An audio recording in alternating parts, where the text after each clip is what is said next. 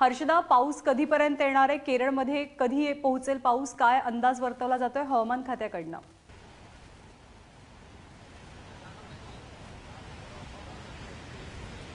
ज्ञानदा, मी आता केरळमधल्या कोहलम बीचवर, जिथे मान्सूनचं प्रवेशद्वार म्हणलं जातं, त्या ठिकाणी आहे आणि अक्षरशः आज सकाळपासून अगदी तासाला वातावरण बदलताना दिसतं.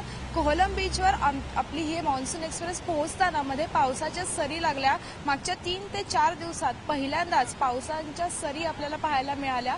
परंतु आता कोहलम बीचवर मात्र काळे ढग फक्त दिसतात आणि मान्सून, जसं तू म्हणलीस, अगदी दारापर्यंत पोहोचलाय. आता तो भारतात कधी येतोय ह्याचीच अपेक्षा, ह्याचीच वाट सगळेजण पाहत आहेत. खरं तर मान्सूनसाठी सगळ्या कंडिशन्स ज्या आहेत त्या फेवरेबल व्हायला लागल्या आहेत आणि पुढच्या 48 तासात मान्सून ऑनसेट झाला असं IMD जाहीर करू शकते.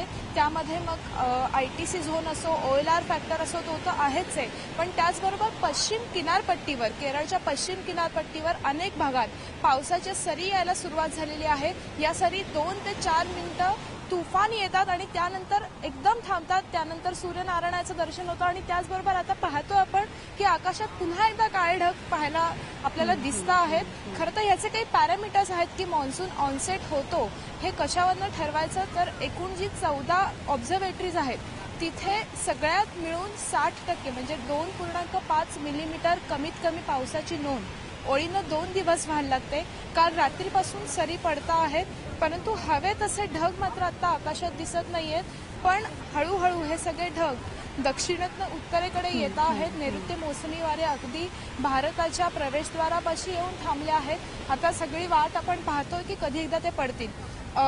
कर्नाटकच्या किनारपट्टीवर चक्रीची स्थिती निर्माण झाल्यामुळे सध्या महाराष्ट्रात पण पाऊस आहे आणि त्याच चक्रीमुळे तिथे येऊन धडकणारे ढग पुन्हा केरळच्या बाजूने येत आहेत आणि त्यामुळे आता केरळात सुद्धा मोठ्या पावसाला सुरुवात होईल आणि 2च दिवसात मान्सून दाखल झाला असं जाहीर होईल अशी आपण सगळेच आशा करूयात.